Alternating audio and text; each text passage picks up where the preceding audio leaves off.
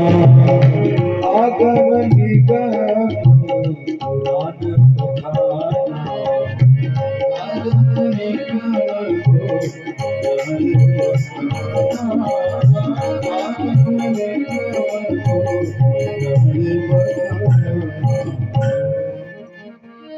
धर्म न दूसर सत्साना, आगम निगम पुराण बखाना। ग्रंथों ने ही अवलोकन किया भैया, सत्य से बड़ा कोई धर्म नहीं है।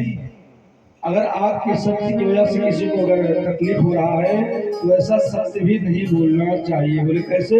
बोले सत्यम ब्रूया प्रियम ब्रूया। सत्य बोलो लेकिन मधुर बोलो, मीठा बोलो। ऐसी कर्कश वाणी नहीं बोलना चाहिए जो आपकी वजह से किसी के हृदय में पीड़ा हो। परहित सरस धर्म नहीं भाई, अरे पीड़ा सम नहीं अजमाई।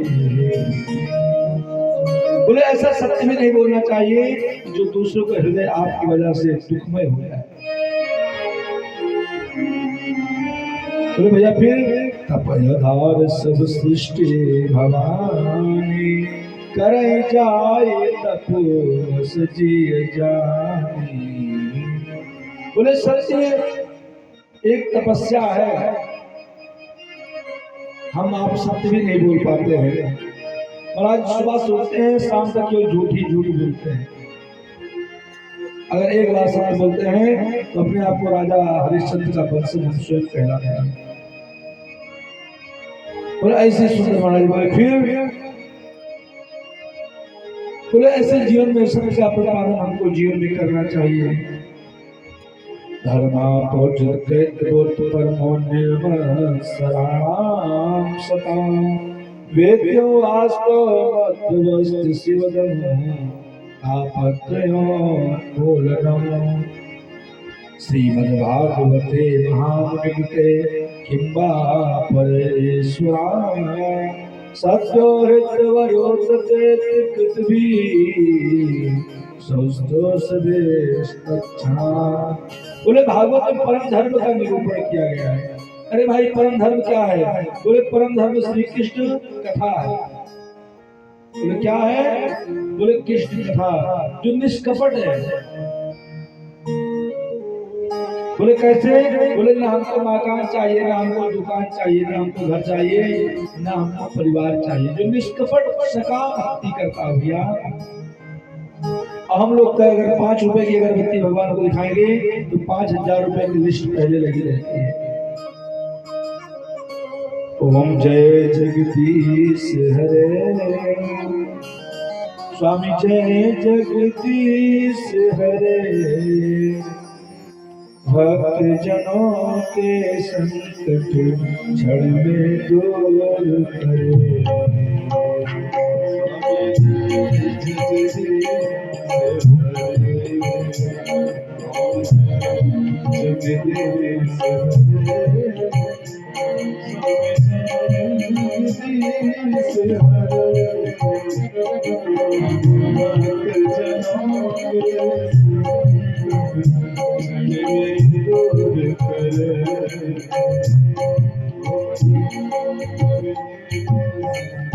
अगर भैया हम 2 रुपया की अगरबत्ती लगाते हैं तो भगवान से क्या मांगते हैं? तन मन धन सब कुछ हो मेरा, स्वामी सब कुछ हो मेरा, और तेरा तुझको अर्पण क्या लागे मेरा। गाते बड़े प्यार से।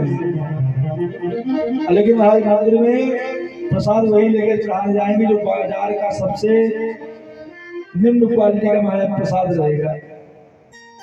बोले भैया ये जो सेब है ये 130 रुपए किलो है और ये 70 रुपए किलो है, तो जो 70 वाला रहेगा उसको वहां तुरंत लेंगे। बोले क्यों? बोले मंदिर में अर्पण करना है। अब भैया हमको खाने के लिए ब्रांडेड कपड़ा होना चाहिए। भाई साहब आपके दुकान में सबसे सुंदर कपड़ा हो हमको वही दिखाइएगा। तो बोले महाराज आचार्य ब्राह्मण कहीं अगर दान देना हो, बोले भैया जो सबसे निम्न क्वालिटी का कपड़ा हो उसको दिखा। बोले क्या? बोले भैया इसको दान देना है। अरे 5 कपड़ा मत दीजिए, एक दीजिए, एक छोटी सी टॉवल दीजिए, रुमाल दीजिए, कम से कम उसको पोंछने के काम आएगा। और ऐसा कपड़ा ना हो जाए कि आपके जाने के बाद महाराज जमीन के नीचे डाल के पोछा लगा दिया। बोले ऐसे धर्म करना चाहिए। हम लोग महाराज केवल महाकामा के 5 सेट खरीदना है, फैशन हाई चप्पल हवाई है, इसी में हम बर्बाद होते जा रहे हैं। एक दूसरे को देख कर फैशन के तौर में महाराज हम बिगड़ते चले जा रहे हैं। निम्न अवस्था का ध्यान देना चाहिए अपनी क्वालिटी का। और कैसे बोले शिवदम कल्याणम, जो कल्याण देने वाला हो, ऐसी मंगलमय कथा है भैया। ऐसे सुंदर ठाकुर जी की कथा जो निष्कपट भाव से सुनी जाए। बोले 7 दिन तक नियम पूर्वक श्रीमद् भागवत महापुराण को सुना जाएगा। अगर हृदय में विश्वास है तो भागवत भगवान आपकी सारी मनोकामनाएं परिपूर्ण करेंगे, लेकिन ये आपके हृदय में विश्वास होना चाहिए। हनुमान जी देखिए विराजमान है, भागवत जी विराजमान है, और मेदिनीपुर बालाजी जाएंगे हनुमान जी का दर्शन करने के लिए। लेकिन अगर अपने पड़ोस में कोई हनुमान जी का मंदिर रहेगा तो वहां हम दर्शन करने नहीं जाएंगे। क्यों? हृदय में वो भाव नहीं बन पा रहा है, इसलिए हमारा काम पूरा नहीं होता है। लेकिन मेदिनीपुर बालाजी में हमको विश्वास है, यहाँ से निकलेंगे रास्ते में पहुंचेंगे, आधे रास्ते में रहेंगे, आधा काम मेरा हो जाएगा। क्यों? क्योंकि मुझको मेदिनीपुर बालाजी में विश्वास है। इसलिए भैया विश्वास ही अपने जीवन में शांति का प्रतीक होता है। कथा आपने सुनी, कथा सुनने के बाद आपने अपने मन में संकल्प ले लिया कि आज के बाद हम ठाकुर जी के नाम का चिंतन करते रहेंगे, तब तो कथा सुनने का सार्थक। अनेक जैसे पहले थे वैसे आज अभी बने रहे। हम लोग क्या करते हैं, प्रातः काल में उठते हैं, कुछ वैष्णव जन है जो दादाजी हमारे मित्र पर मैं देखता हूँ पूजा करते रहे, बड़ा अच्छा लगा। एक जीवन में नियम बनाना चाहिए, बिना नियम के परमात्मा नहीं मिलते। आप कहते हैं अगर सच्चा नियम है तो परमात्मा मिल जाएगा। एक भक्त थे महाराज, उनका नाम था रामदास, बड़े निष्ठावान थे, बड़े ज्ञानवान थे। उनका नियम एक था कि एकादशी को व्रत रहते थे और दशमी को रात्रि में अन्न का भोग नहीं लगाते थे, अन्न न ठाकुर जी लगाते थे न स्वयं उसको पाते थे। एकादशी को व्रत रहते थे, द्वादशी को तो महाराज ऐसे सुंदर कला से पूजा करते थे। भगवान की उनकी निष्ठा हुई कि मैं इसको देखूं रामदास कितना सच्चा निष्ठावान है। भगवान ने परीक्षा के लिए एकादशी के एक ब्राह्मण स्वरूप में अपने स्वरूप को अनुरोध करके रामदास के सामने आ गए। भैया रामदास भिक्षाम दे, कि मेरा नाम लेने वाला कौन है? बोले सरकार आज तो मैं एकादशी व्रत हूँ, आज मैं भिक्षा नहीं दे सकता हूँ। बोले क्यों? क्योंकि आज मैं अन्न को छू भी नहीं सकता हूँ। एकादशी को अन्न खाना छोड़ दीजिए, अन्न को छूना भी पाप कहा गया ग्रंथ, इसलिए एकादशी व्रत करना चाहिए। बोले भैया आज मैंने, आज तो आप फलाहार करो और कल आपको हम अन्न जितना आप चाहोगे उतना ले जाना। बोले ना आज ही हमको अन्न चाहिए, कल तो मैं लूंगा नहीं। अब महाराज ऐसे करा कर दिए कि जैसे हम बहुत भूख से प्यास से पीड़ित हो, रुदन करने लगे। समाज के लोग सब एकत्रित हो गए। भैया क्या हुआ? बोले अरे ब्राह्मण देवता आए हैं आपके घर पे, कहीं इनकी मृत्यु न हो जाए, उनको अन्न दे दो चले जाए। बोले ना ना आज तो मैं अन्न देने वाला नहीं हूँ। रामदास जी ऐसा नाटक के भगवान के स्वरूप में लूटना पोटना प्रारंभ कर दी। महाराज लगा इनके प्राण पखेरु उड़ने वाले हैं। फिर भी रामदास के अंदर इतनी निष्ठा थी, बोले मैं अन्न तो देने वाला नहीं है, क्योंकि आज एकादशी है, मैंने नियम लिया है, मैं द्वादशी को कराऊंगा। बोले तेरे द्वार पर किसी ब्राह्मण की मृत्यु हो जाएगी और तुझे ब्राह्मण का जो हत्या है उसका पाप लगेगा। महाराज जो स्वीकार किए, इतने निष्ठावान, उनको एकादशी मनाने पर विश्वास था। और जैसे ही महाराज सारे ग्राम के लोग उपस्थित हो गए, वो अपने आप को जीवन शरण कर लिए, मृत्यु की बेला में आ गए। हमारा अग्नि का तैयारी किया गया। सारे गांव वाले पड़ोस वाले बोले भैया ऐसा रामदास की वजह से इस ब्राह्मण की हत्या हुई है, इनके साथ में महाराज इनको भी गांव से बाहर निकाल दिया जाए। जैसे द्वादशी का संयोग हुआ, ब्राह्मण निकाल दिया गया। बोले इसका ब्राह्मण का हत्यारा मैं हूँ, इसके साथ मैं ही आत्महत्या कर लूंगा महाराज अग्नि पर। और चिता सजा दी गई। वो रामदास जी उस ब्राह्मण देवता को लेके बैठ गए। जैसे अग्नि जलाई गई भगवान महाराज प्रकट हो गए। वाह रे रामदास, आपकी निष्ठा से देखकर मैं प्रसन्न हो गया।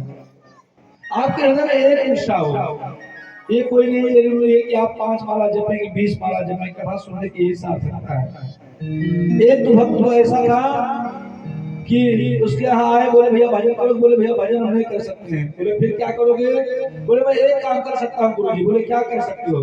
बोले मेरे घर के सामने एक कुम्हार का घर है, मैं उसका मुख देखकर पानी पीऊंगा, उसके बिना मुख देखे पानी नहीं पीऊंगा, ये मैं कार्य कर सकता हूँ। बोले चलो कोई बात नहीं, यही कार्य कर। अब महाराज इतना निष्ठावान था कुमार का कि उनका मुख देखकर ही पानी पीता, इसके पहले पानी नहीं पीता। करते करते करते करते ऐसा संयोग समय बीता, व्यतीत हुआ। एक दिन महाराज वो कुम्हार थे, वो गए हुए थे मिट्टी लाने के लिए, मिट्टी के पात्र बनाने के लिए, और ये ढूंढने लगे कि भाई कहाँ है? आपको मैं देखकर ही मुझे पानी पीऊंगा, इसके पहले पानी पीने वाला नहीं हूँ। और संयोग का समय ऐसा हुआ कि महाराज राजा ने वहां पर खुदाई कर रहे थे। मिट्टी खुदाई होते समय पहले स्वर्ण आभूषण जमीन से मिलते थे, क्योंकि लोग वह जमीन में धन को गाड़ देते थे, कोई चोर हुआ लेकर जाए, और धीरे धीरे गाड़ देते थे। फिर इस पार से महाराज बाउंड्री पार हो जाता था, अंदर ही अंदर जहाँ गाड़े के निकले के महाराज 1 किलोमीटर दूर वो भी चलायमान हो जाता था। अब महाराज खुदाई की गई मिट्टी के स्वरूप में, जब वो सुंदर आभूषण निकला और रामदास जी दूर से देखे, कुम्हार को देखा कि भाई कोई हमको देख नहीं रहा, हम ही अकेले हैं, आज तो मैं जीवन में इतना कभी धन नहीं पाया हूँ। रामदास जी दौड़े दौड़े आए, अरे भैया मैं देख लिया, बस बस कोई दिक्कत नहीं, चिंता करने की, मैं तो जा रहा हूँ, आपको मैं दर्शन हो गया, देख लिया। अब महाराज घबरा गए, रे ये भी देख लिया, तो काम जो बनना था वो भी बिगड़ गया। मैं तो सोचा वही अकेला इस स्वर्ण का पाया हूँ, घर में जाऊंगा ले जाऊंगा, लेकिन देख लिया रामदास वो भक्त, अब इसको भी देना पड़ेगा, इससे अच्छा पहले उसको बुला लिया जाए। अरे भैया यहाँ आओ, यहाँ। बोले क्या हुआ? बोले देखो किसी से कहना नहीं, तुम तो देख लिए हो, अब देख तो लिए हो तो ऐसा करो हिस्सा आधा आधा दोनों लोग बांट दिया जाए, लेकिन तीसरे को पता नहीं चलना चाहिए। बोले भैया मैं कुछ नहीं देखा। बोले ना तुम देख लिए, झूठ बोल, अगर नहीं दूंगा तो पूरे गांव में हल्ला कर दोगे, मामला गड़बड़ हो जाएगा। ऐसी उसकी भावना थी कि मैं उसका मुख देखकर पानी पीऊंगा, और संजोग ऐसा हुआ उसको महाराज ऐसा सुंदर धन का वैभव मिला कि उसकी निष्ठा के ऊपर कहने तात्पर्य भगवान से निष्ठा होनी चाहिए। जब तक निष्ठा नहीं होगी तब तक भगवान मिलने वाले नहीं है। बोले भैया कैसे? बोले निगम कल्प करो गलतम फलम सुखुखाद तद्यव संयुतम पिबत भागवतम रसमालियम मोरहो रसिका भोगा। बोले भैया ये बहुत सुंदर फल है और कल्प वृक्ष है। आप सोचिए बहुत सुंदर वृक्ष है, उस वृक्ष का नाम है निगम, और निगम वेद रूपी सुंदर कल्प वृक्ष, उसका पका हुआ फल श्रीमद् भागवत महापुराण सर्वोत्तम ग्रंथ। बोले भैया अगर ये पका हुआ फल है तो ऊपर से गिरा होगा, नीचे फूट गया होगा। बोले ना ना ये बिल्कुल शुद्ध पवित्र पावन है भैया। बोले उसी फल को महाराज बोले पका हुआ? बोले हाँ। बोले महाराज तोता उसी फल में मुख लगाता है जो फल अथवा मीठा रहता है, अथवा ये समझे कि मीठे पके हुए फल में ही तोता अपने मुख को मारता है। जिसे आप देखते होंगे तो समय व्यतीत हो गया, बच्चे नहीं देखते हैं। पहले आम जब लगता था तो उसमें जिसमें तोता जो होता था जिसमें उसकी चोंच लग जाता था वो फल महाराज मीठा निकलता था। ऐसे बताया जाता था, लोग खाते थे, बड़ा मीठा फल होता है, हम भी वो फल खाए महाराज। या तो यह समझे कि तोता उसी फल में जाकर महाराज अपनी चोंच को लगाता था जो फल मीठा रहता था। बोले इसमें सुखदेव रूपी तोता ने महाराज मुख लगाया। बोले खट्टा होने का कोई चांस ही नहीं है। बोले महाराज पिबत भागवत रसमालयम, ये रस का आलय है। क्या है ये? श्रीमद् भागवत महापुराण क्या है? ये रस का आलय है। बोले महाराज इसमें रस ही रस है। बोले इसमें चिंता गुठली का कोई नाम ही नहीं है। बोले महाराज फल तो खाया जाता है, पिया थोड़ा जाता है। आप कहते हैं पिबत भागवत रसमालयम, पीना चाहिए। बोले महाराज हाँ इसलिए कह रहा हूँ इसमें छिलका गुठली का नाम भी नहीं। बोले महाराज इसको ये भी कह सकते श्रुत भागवतम रसमालय सुनना चाहिए। बोले नहीं, सुनने की बात वहीं कहा जाएगा, वहां कहा जाती है जहां सुनने योग्य हो। ये तो पीना है महाराज। बोले कैसे? बोले इस कान से सुनना है, उसको इस कान से निकालना नहीं है, उसको हृदय में हृदयंगम करना है। बोले हम लोग क्या करते हैं, बैठे तो यहाँ है लेकिन मन मेरा लगता नहीं, ये मन बड़ा चंचल है, कैसे तेरा भजन करूं। ये जो मेरा मन है ना वो चंचल है, एक जगह रुकता ही नहीं है। एक सेकंड यहाँ अब मन से तेज गति चलने वाला कोई चीज हुआ ही नहीं। दिल्ली मुंबई घूम कर मैं आपके द्वार पर बैठ भी गया। अब जहां पर मैं था वहां मैं पहुंच भी गया, पहुंच कर आ भी गया। अब इतना तेज चलने वाला कोई और सामग्री है समाज नहीं। बोले क्या है? बोले मन है। और जो मन को महाराज संभाल देगा वही भगवान को पा सकता है। जब तक आप मन को नहीं सारोगे तब तक आप परमात्मा को पा नहीं सकते। ये बच्चों का प्यार, लाड़, स्नेह, प्यार हमेशा बना रहेगा, लेकिन जो समय निकल जाएगा उस समय फिर तो आने वाला नहीं। राधे तेरी श्यामा तेरे सजदो भूल जो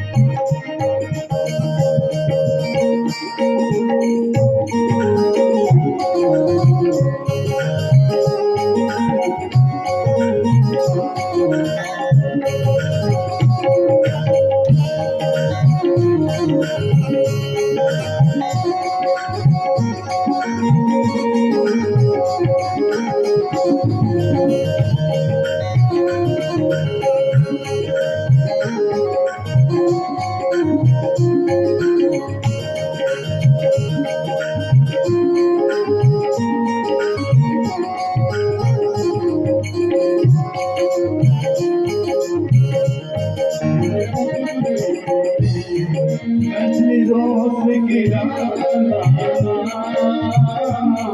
चाहे जो भी सजाए रोज गिरा ओ चाहे जैसी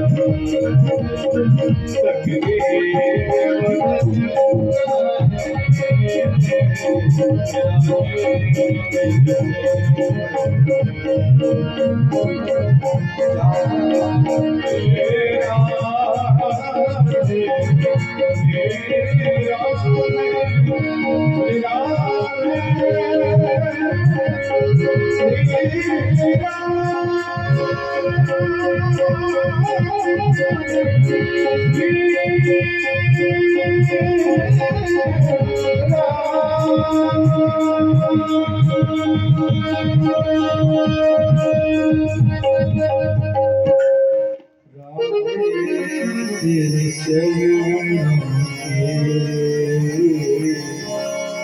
श्यामा तेरे चरणों के घर धोल जो मिल जाए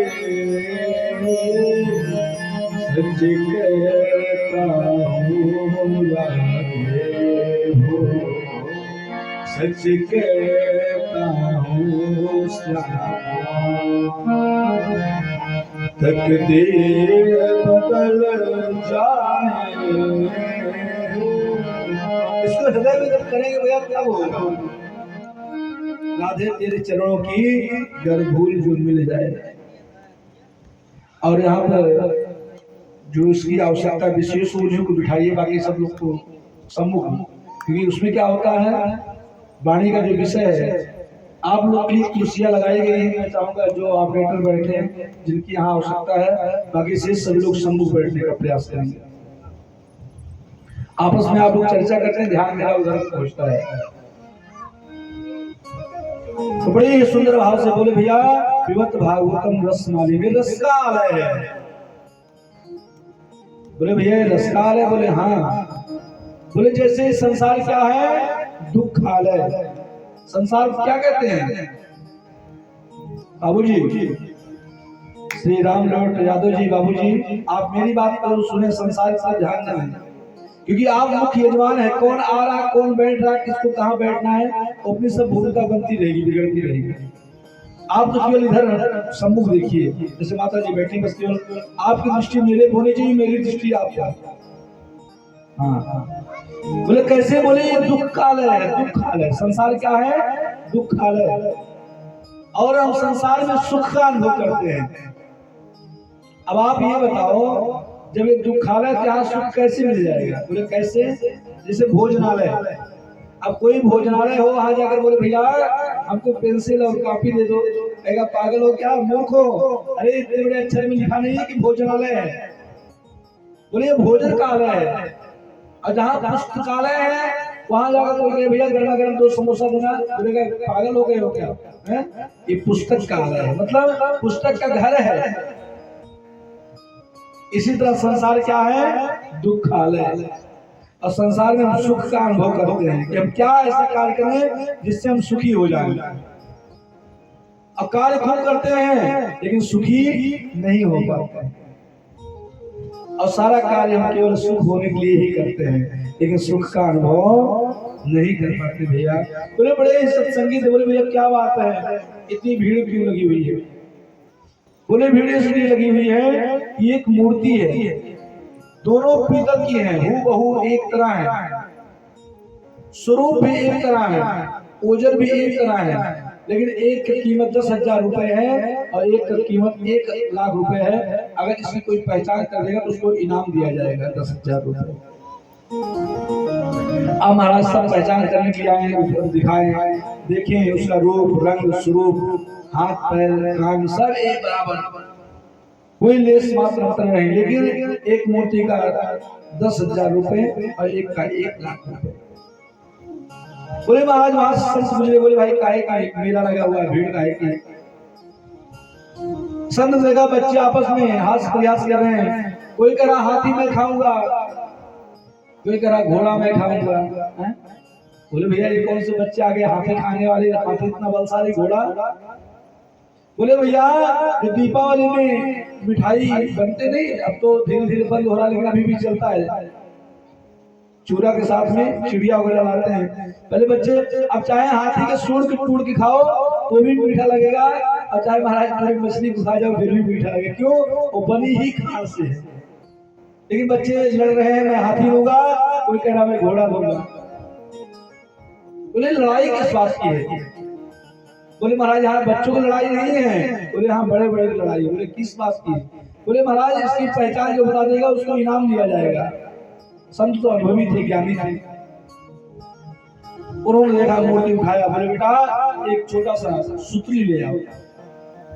जैसे सुतली लेकर आया, उस सुतली क्योंकि वो सत्संगी थे जो सर्फ लगा रखे थे,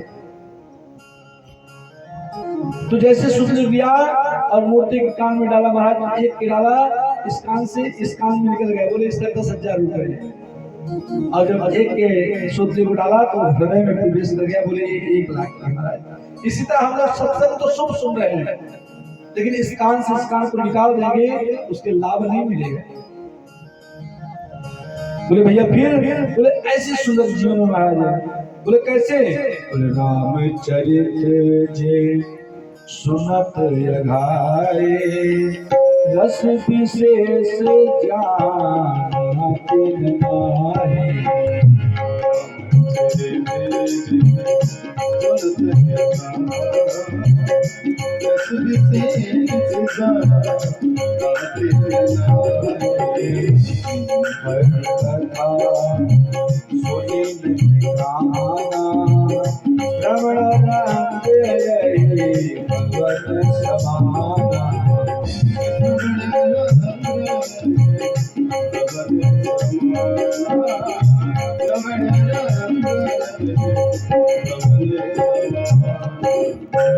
बोले रामचरित्र सुनत अगाही, रस विशेष जाना कछुआई। अगर कोई कहे रे महाराज जी कुछ साल पूर्व में हमारे घर पे महाराज आए थे, हमारे गांव में वही तो कथा है, वही महाराज है, महाराज वही व्यास जी है, वही कथा है, इसका मतलब वो कथा के रस को नहीं जान सकता।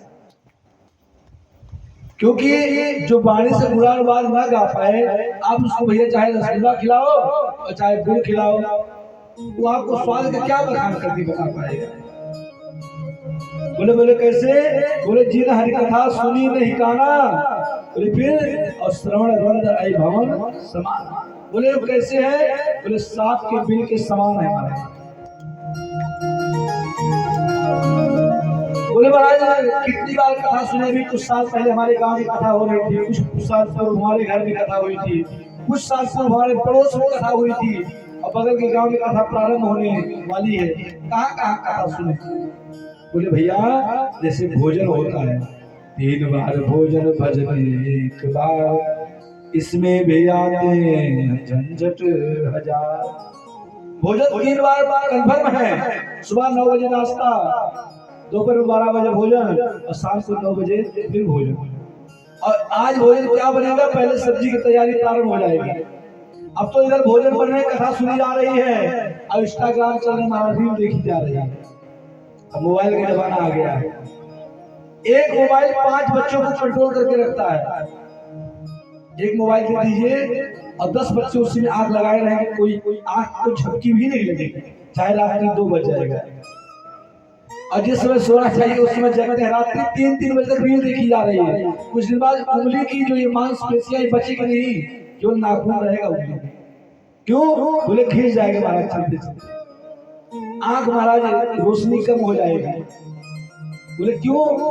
अच्छा, इससे सदुपयोग नहीं कर रहे हैं। जब से मोबाइल बच्चों के हाथ में आई तब से केवल दुरुपयोग कर रहे हैं। इंस्टाग्राम, फेसबुक, रील, व्हाट्सएप, बस इसी में अटके हुए हैं। इसके अलावा किसने सोची ही नहीं है। और उसमें 500 फ्रेंड है, 500 मित्र हैं, और सामने कोई अगर संकट आ जाए तो कोई दिखाई नहीं पड़ेगा, सब पल्लू झाड़ के महाराज भाग जाएंगे।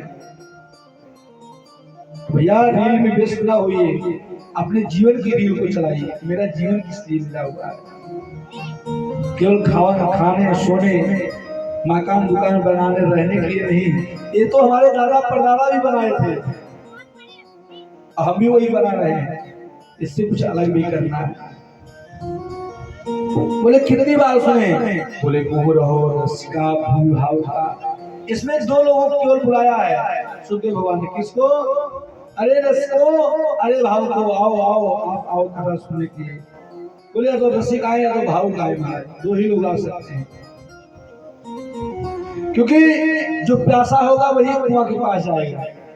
अब भैया पता लगे हमको प्यास लगी, हम कुआं को बुला लें, तो ऐसा संभव नहीं।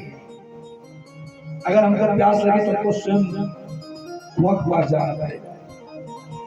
आजकल बच्चे भी बुद्धिमान क्यों नहीं हो रहे हैं? क्योंकि स्वयं जो कोचिंग के लिए स्वयं मास्टर उसके घर में जाते हैं। अब पहले गुरुकुल में बच्चे स्वयं पढ़ने आते थे। शिक्षा बाद में माता जी दीजिएगा, अभी तो केवल मेरी कथा सुनिए। बच्चों को बाद में समझाइएगा। बच्चे स्वयं समझदार हैं। जितना आप समझदार नहीं है उससे ज्यादा बच्चे समझदार हैं। जीवन का ये सूत्र है। बोले कंधे के बराबर जब बच्चा हो जाए तो समझाना छोड़ देना चाहिए। बोले क्यों? बोले उससे विस्तृत व्यवहार करना चाहिए। अगर आप अपना इज्जत और सम्मान चाहते हैं तो। नहीं तो महाराज बच्चे को आप 4 बात बोलेंगे, बच्चा अगर 1 बात बोलेगा सब महाराज बेकार हो जाएगा। इसलिए कम बोलिए, मधुर बोलिए। अगर आपको लग रहा है कि मेरी बात की कोई सार्थकता नहीं है तो मौन स्वीकार लक्ष्य का मौन हो जाना चाहिए। बात बोलने से बात बढ़ती है। बोले भैया फिर बोले मोह रहो रसिया भाव का, रसिक भाव आओ। अब महाराज उसी प्रसंग में चलते हैं। बड़ा सुंदर नवी 51 तीर्थ है, जहाँ पर कया कल पुराणानि से इतिहास समाचार आख्यातानापधीतानि धर्मशास्त्राणि सूर्य संस्कार इसलिए करते हैं। भैया आप यहाँ जानकर पुराना हो, इसलिए आप कुछ पूछने से मेरे मन में इच्छा हो गई। आवाज समझ में आ रही? मेरी आवाज आ रही है? बोले बताइए क्या इच्छा है? मैं बोले आपसे मैं 6 प्रश्न पूछता हूँ और ये 6 प्रश्न मैं आप लोगों से भी पूछूंगा, बड़े ध्यान से सुनिएगा। बोले भैया 6 प्रश्न पूछना चाहते हैं? बोले हाँ, आपसे मैं 6 प्रश्न करना चाहता हूँ और 6 प्रश्नों का ही अगर कोई उत्तर समझ जाए, समझ लो हमारा पूरा श्रीमद् भागवत महापुराण कथा श्रवण कर पा जाएगा। छोड़ दो उसको ऐसे। बोले क्या? बोले किम से शास्त्र सारा स्वावतार प्रयोजन किम कर्म केवतारस्य धर्माकं शरणगता। किम से शास्त्र सारा स्वावतार प्रयोजनम किम कर्म केवतारस्य धर्माकं शरणगता। बोले भैया पहला प्रश्न है, मानव के लिए परम धर्म क्या है? क्या प्रातः कालीन 4 बजे उठ जाना अथवा 5 बजे परिक्रमा लगा लेना अथवा मनुष्य की सबसे कर्तव्य रूपी धर्म क्या है? बोले दूसरा, क्या मंदिर में जाना अथवा सुंदर भंडारा करना। और मंदिर में जाते हैं तो बड़ी विचित्र बात होती है। बोले कोई कहता दुर्गा जी श्रेष्ठ है, कोई कहता शंकर जी श्रेष्ठ है, कोई कहता भैरव बाबा श्रेष्ठ है, कोई कहता शनिदेव श्रेष्ठ है। मैं किसकी पूजा करूं किसकी ना करूं ये मेरे मन को समझ में नहीं आता है। बोले अच्छा। बोले तीसरा प्रश्न, कोई कहता वेद में परमात्मा का नाम अजन्मा है, अगर अजन्मा है तो जन्म कैसे लिया? दशरथ का नंदन लाल राम कैसे बना? यशोदा मैया का लाल कन्हैया कैसे बना? बोले चौथा प्रश्न, बोले भगवान कितने हैं और उनके कितने अवतार होते हैं? बोले कोई कहता 2 अवतार है, कोई कहता 5 अवतार है, कोई कहता 11 अवतार है, कोई कहता महाराज 24 अवतार है, हरि अनंत हरिकथा होता। बोले बहुत अवतार है महाराज, कितने अवतार है? बोले पांचवा, बोले वक्ता वो श्रेष्ठ नहीं जो बातों का बतंगड़ बना दे, वक्ता वो श्रेष्ठ है जो बड़ी बातों को छोटी बातों में कहकर उसके जीवन में अनुकरण करा दे भैया। बोले अच्छा। बोले महाराज बड़ा ही सुंदर प्रश्न करने का प्रयास किए। बोले 6वां प्रश्न, भगवान जब अपनी लीला का स्मरण करके जाने लगे, महाराज धर्म संस्थापना ठाय संभव युगे युगे। आज कोई कहते धर्म की स्थापना होती है हर समय भगवान का युग में अवतार होता है। क्या मैं सही समझूं क्या मैं गलत समझूं? स्वयं का ऋषि मन में प्रश्नों को सुनकर सोच जी बड़े गड़बड़ हुए। ऋषियों बोले तुमने उत्तम प्रश्न किया है, प्रश्न का उत्तर पहले श्री सुखदेव भगवान को गुरुदेव की वंदना कर रहा हूं, क्योंकि बिना गुरुदेव की कृपा से वाणी का गुणानुवाद आप नहीं कर सकते हैं। अभी तक भूल गए थे सुखदेव भगवान की वंदना करना ही। बोले महाराज कोई बात नहीं, जब से चेत हो तभी सिरा, जब से जागो तभी सवेरा। जब हृदय में आ जाए तभी जागृति हो जाए भैया। अब गुरुदेव भगवान की वंदना करते हैं। श्री सूची सोनू यम प्रजन्तमनुपेत कृत्यमो द्वैपायनो विरहता तया जुहावो बुद्धे तन्मयतया तरवो विनेदो तम सर्वभूत हृदयं मुनिमान तोस्मि यस्यान् भावकृत सुतसार में कमो मध्यात्मतिति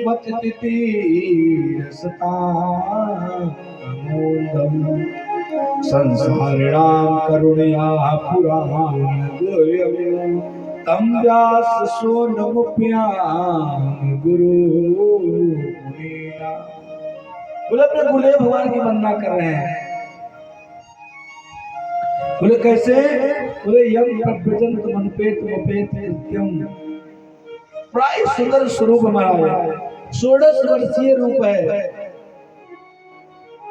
और जो महाराज अपने स्वरूप महाराज तन में एक वस्त्र भी नहीं, कौपीन लपेट रखते हैं, एक कमंडल रहता है। बोले रमता जोगी बहता पानी।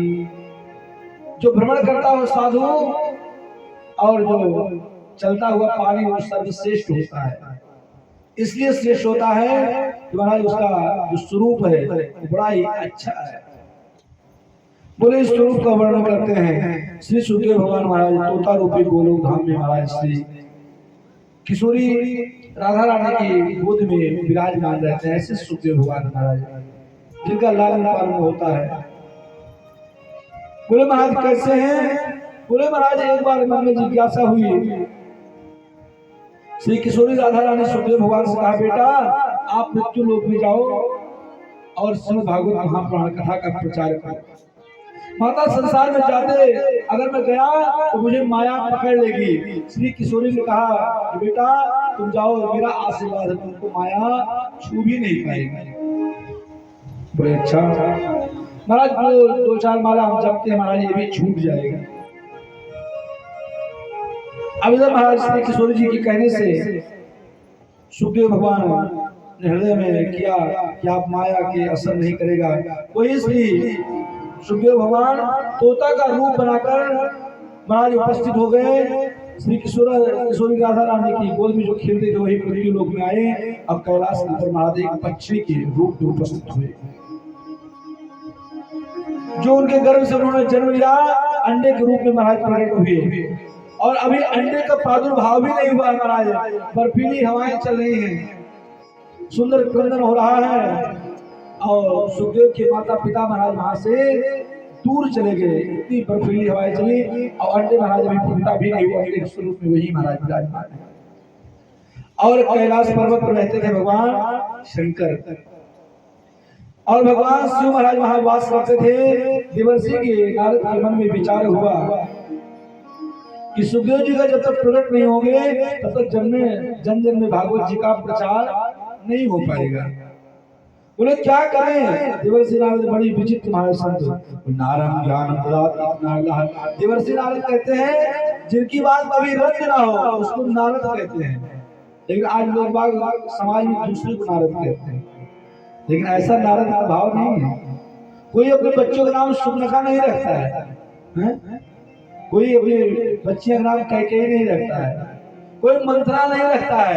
ये जरूर कह देते रहे कभी किसी मंत्रा से कम नहीं है। अब तो महाराज हर घर में नारद और हर घर में मंत्रा दिखाई पड़ रहा देना महाराज, ऐसी कार्य करते रहे महाराज। नहीं तो महाराज देवर्षि नारद का नाम है नारद अज्ञानम दुरात नारदा, जो सुंदर ज्ञान का प्रादुर्भाव करते महाराज उसको नारद कहते हैं, जिसकी बात कभी रद्द नहीं होती महाराज।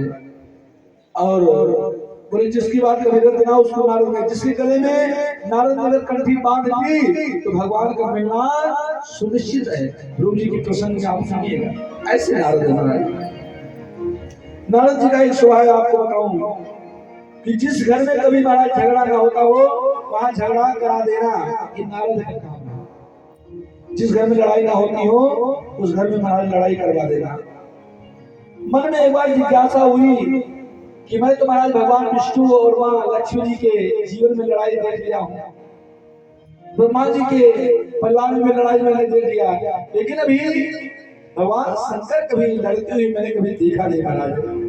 बोले अच्छा, बोले सब तो ठीक है लेकिन महाराज घर में कभी लड़ाई होती नहीं देखा। बोले देखना चाहिए महाराज। मन में कौतूहल हुआ और देवर्षि नारद चल पड़े। बोले कहाँ?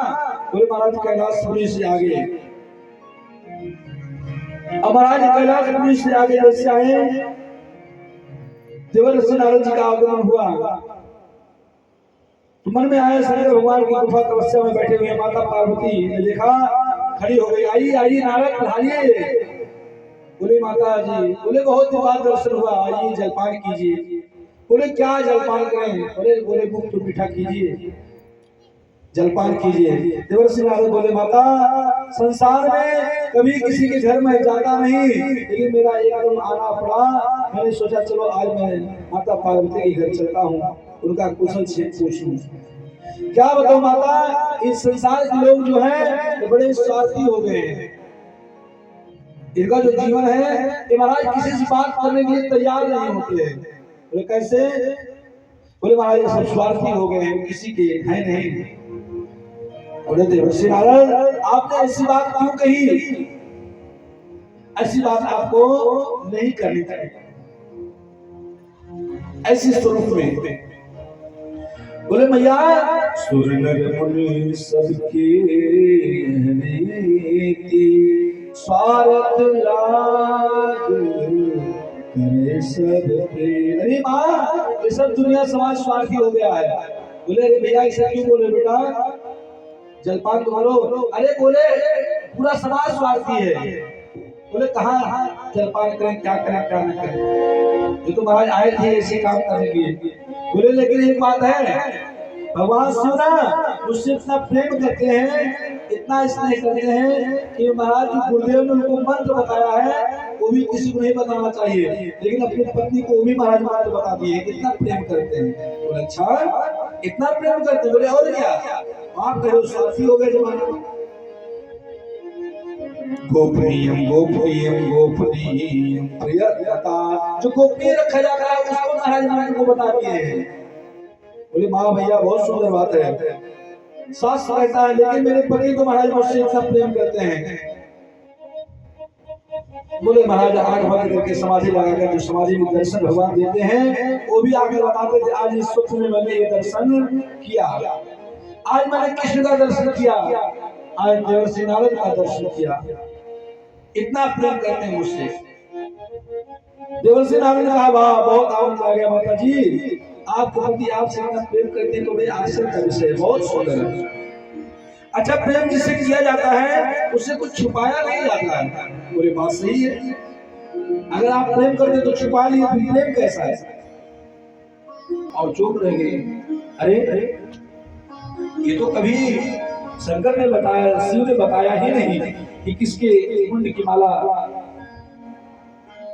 किसके मुंड की माला मेरे गले में रोया हुआ है। बोले फिर क्या प्रेम करते, क्या प्रेम करते हैं? कोई प्रेम नहीं करते हैं। आपको यही नहीं पता है कि शिव जिस मुंड के माला पहन रखे किसका मुंड है, फिर क्या प्रेम करते हैं? अब महाराज देवर्षि का काम आधा हो गया, उतना ही करने के लिए आए थे। बोले अच्छा भैया तुम चलो, अब मैं पानी वाले पीने वाला तो मैं चला। बोले कहाँ रे, रुको ना, मैं चला। अब पार्वती जी के हृदय में वो महाराज उतना चाह चालू हो गया।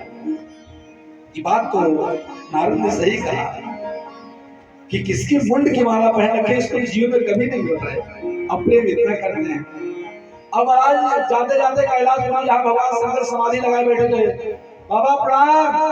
महाराज पार्वती जी नवीन वस्त्र उतार कर महाराज अपनी मलिन वस्त्र पहनकर कोप भवन में चली गई। पहले घर में कोप भवन बनता था। बोले कोप भवन बनता था किस लिए? बोले महाराज जब स्त्री जो धर्म पत्नी जब रूठ जाती थी तो उस कोप भवन में बैठ जाती थी तो पति समझ जाते थे